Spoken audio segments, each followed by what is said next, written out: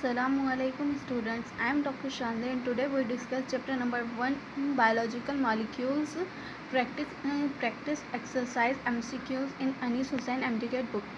First MCQ हमारे पास क्या है? It is the most abundant carbohydrate in nature. इसके ये बोल रहे हैं कि नेचर के अंदर सबसे ज़्यादा कौन सा कार्बोहाइड्रेट पाया जाता है? Sucrose, maltose, starch and cellulose. हमने सेल्यूलोज के टॉपिक में पढ़ा था कि सेल्यूलोज को हमने कहा था ये most abundant carbohydrate in nature.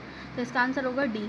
The most common monomer of carbohydrate is a molecule of. कि मोनोमर कौन सा है कार्बोहाइड्रेट के मॉलिक्यूल जो कॉमन पाया जाता है? Sucrose, lactose, maltose and glucose. हमें पता है ग्लूकोज मोस्ट कॉमन होता है और ये हर चीज़ में पाया जाता है. Which of the following is a polysaccharide. हमें पता ये पूछ रहे हैं कि इनमें से पॉलीसेक्राइड कौन सा है? Glucose, glycogen, maltose, lactose. हमने पॉलीसेक्राइड के टॉपिक में पढ़ा था कि 4 टाइप्स होती हैं पॉलीसेक्राइड की. स्टार्च, ग्लाइकोजन, सेल्यूलोज और काइटिन. तो यहाँ पर ग्लूकोज, माल्टोज और लैक्टोज. ग्लूकोज हमारा मोनोसेक्राइड है जबकि माल्टोज और लैक्टोज हमारा डाइसेक्राइड है और ग्लाइकोजन हमारा पॉलीसेक्राइड है. तो इसका आंसर होगा B. On hydrolysis triglyceride yield. On hydrolysis पे जब ट्राइग्लाइसराइड एक लिपिड है, जब हम इसकी हाइड्रोलाइसिस करते हैं तो हमें क्या मिलता है? एक ग्लाइसरोल एंड 3 फैटी एसिड, या फैटी एसिड एंड 3 ग्लाइसरोल, या ग्लूकोज एंड 3 फैटी एसिड, या माल्टोज एंड 2 फैटी एसिड. हमें पता है जो ट्राइग्लाइसराइड होता है वो एक ग्लाइसरोल के मॉलिक्यूल का बना होता है जो बॉन्ड बनाते हैं 3 फैटी एसिड के साथ. तो इसका आंसर होगा ए. Cholesterol is. ये पूछ रहे हैं कि कोलेस्ट्रॉल क्या है? क्या ये डाइग्लाइसराइड है, सेचुरेटेड फैटी एसिड है, अनसेचुरेटेड फैटी एसिड है, या स्टेरॉइड है? स्टेरॉइड के टॉपिक के अंदर हमने पढ़ा था कि कोलेस्ट्रॉल इज़ अ स्टेरॉइड. तो ये एक स्टेरॉइड है. Silk is chemically. सिल्क क्या होती है केमिकली? ये लिपिड है, वैक्स है, प्रोटीन है, कार्बोहाइड्रेट है. हमें पता है सिल्क एक प्रोटीन होती है. तो इसका आंसर होगा C. The bond between carbon and nitrogen is known as. Carbon और नाइट्रोजन के बीच में बॉन्ड को क्या बोलते हैं? Covalent bond, glycosidic bond, peptide bond, none of this. हमें पता है कार्बन और नाइट्रोजन के बीच में जो बॉन्ड होता है उसे हम कहते हैं पेप्टाइड बॉन्ड और ये अमाइनो एसिड के अंदर पाया जाता है. तो इसका आंसर होगा C. In living cell protein is the most abundant organic compound है, लीस्ट अबंडेंट ऑर्गेनिक कंपाउंड है, या second most abundant organic compound है, या third most abundant organic compound है? तो हमें पता है लिविंग सेल्स के अंदर सबसे ज़्यादा जो पोर्शन होता है वो प्रोटीन का होता है. तो ये मोस्ट अबंडेंट ऑर्गेनिक कंपाउंड होगी. 9 MCQs है हमारे पास. They catalyse biological reaction in the form of enzyme. कौन सी चीज़ें होती हैं जो एंजाइम के फॉर्म में किसी भी रिएक्शन को कैटालाइज करती हैं? ग्लूकोज, सुक्रोज, प्रोटीन्स या टर्पिनॉइड्स. हमें पता है टर्पिनॉइड्स ये लिपिड की टाइप होती हैं. ग्लूकोज और सुक्रोज ये कार्बोहाइड्रेट है. प्रोटीन जितने भी एंजाइम होते हैं ये ग्लोब्यूलर प्रोटीन के बने हुए होते हैं और in the form of enzyme ये कैटालाइज करते हैं बायोलॉजिकल रिएक्शन. तो इसका आंसर होगा सी.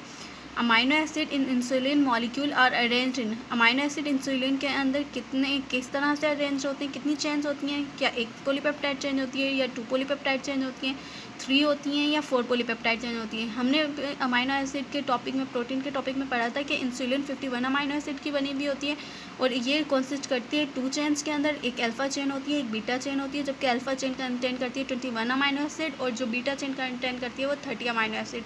तो इसका आंसर होगा बी कि ये 2 पॉलीपेप्टाइड चेन के ऊपर कंसिस्ट करती है, 1 अल्फा एंड 1 बीटा.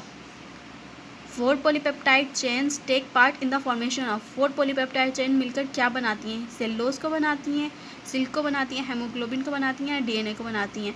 हमें पता है कि जो हमने अमाइनो एसिड का प्रोटीन वाला टॉपिक पढ़ा था तो उसके अंदर हेमोग्लोबिन का भी जिक्र था. तो उन्होंने बताया था कि 4 पॉलीपेप्टाइड चेन मिलकर हेमोग्लोबिन को बनाती हैं जिसमें 2 अल्फ़ा होती हैं और 2 बीटा होती हैं. जो 2 अल्फ़ा चेन होती है वो कंटेन करती है, ईच अल्फ़ा चेन कंटेन करती है 141 अमाइनो एसिड, जबकि जो ईच बीटा चेन होती है वो कंटेन करती है 146 amino acid. Each beta chain of haemoglobin contains. एक बीटा चेन कितने कंटेन करती है? जब अल्फा होती है वो 141 अमाइनो एसिड कंटेन करती है और जो बीटा चेन होती है 146 अमाइनो एसिड कंटेन करती है. तो इसका आंसर होगा D. Monosaccharides are link together by. Monosaccharide किस तरह से एक दूसरे से लिंक करते हैं? By hydrogen bond, ionic bond, peptide bond, या ग्लाइकोसाइडिक बॉन्ड. हमें पता है कार्बोहाइड्रेट के मोनोसेक्राइड्स कार्बोहाइड्रेट का सबसे छोटा यूनिट होता है और इसके अंदर जो भी कार्बोहाइड्रेट के अंदर जो भी बॉन्ड होता है हम उसे बोलते हैं glycosidic bond.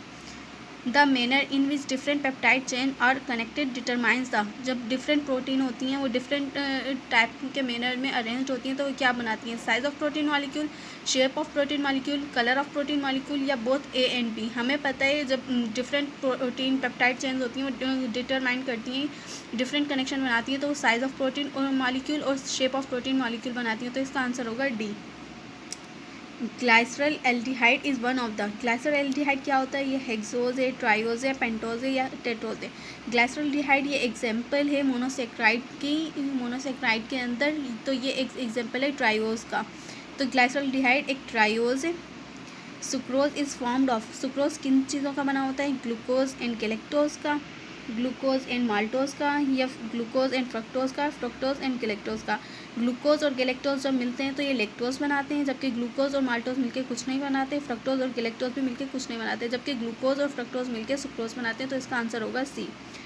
Carbohydrate are stored in plant and animal cell respectively as, ये पूछ रहे हैं कार्बोहाइड्रेट प्लांट्स के अंदर और एनिमल्स के अंदर किस फॉर्म में सेव होता है, स्टार्च के फॉर्म में प्लांट के अंदर होता है और एनिमल के अंदर ग्लाइकोजन के फॉर्म में होता है, तो इसका आंसर है ए। आई होप स्टूडेंट्स आपको ये लेक्चर समझ में आए होंगे, तो काइंडली शेयर करें और सब्सक्राइब करें डॉक्टर शांति लेक्चर्स को।